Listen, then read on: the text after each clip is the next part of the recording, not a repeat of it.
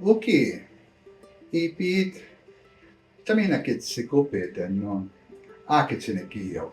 Come in, have a seat, let's tell some stories. Ours to Tell Reclaiming Indigenous Stories is the subtitle. And that's all about Indigenous people who were writers, who were storytellers, uh, and we're not just looking at contemporary times, we're looking into the past, historical figures that people might not have heard about. We've even looked at how uh, people have made cookbooks through Indigenous writing, how people can use beadwork or ribbon skirts.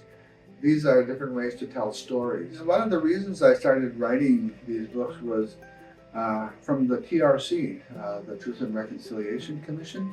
One of the calls to action was actually calling on people like myself to create content for young Indigenous readers who might not have ready sources that they can look at. I know when I was going to school in the 1960s, I never saw any kind of books like these about Indigenous heritage. The publisher actually introduced me to Kathy Lowinger, who was an author, a writer for young readers before.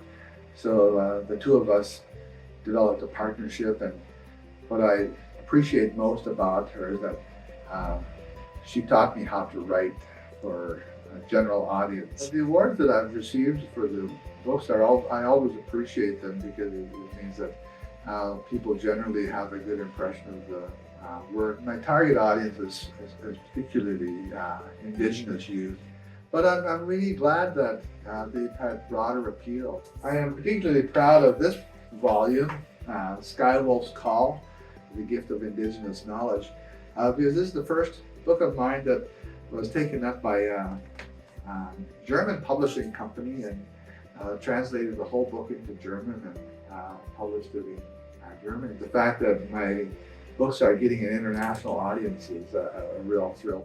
We started working on a new book. It's going to be our environmental activism.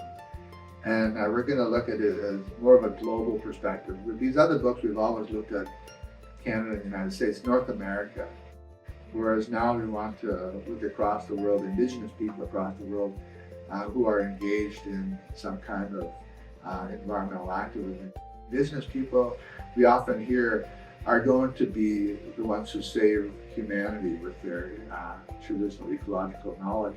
So why not introduce them to the world and what they're doing and how it's benefiting humanity.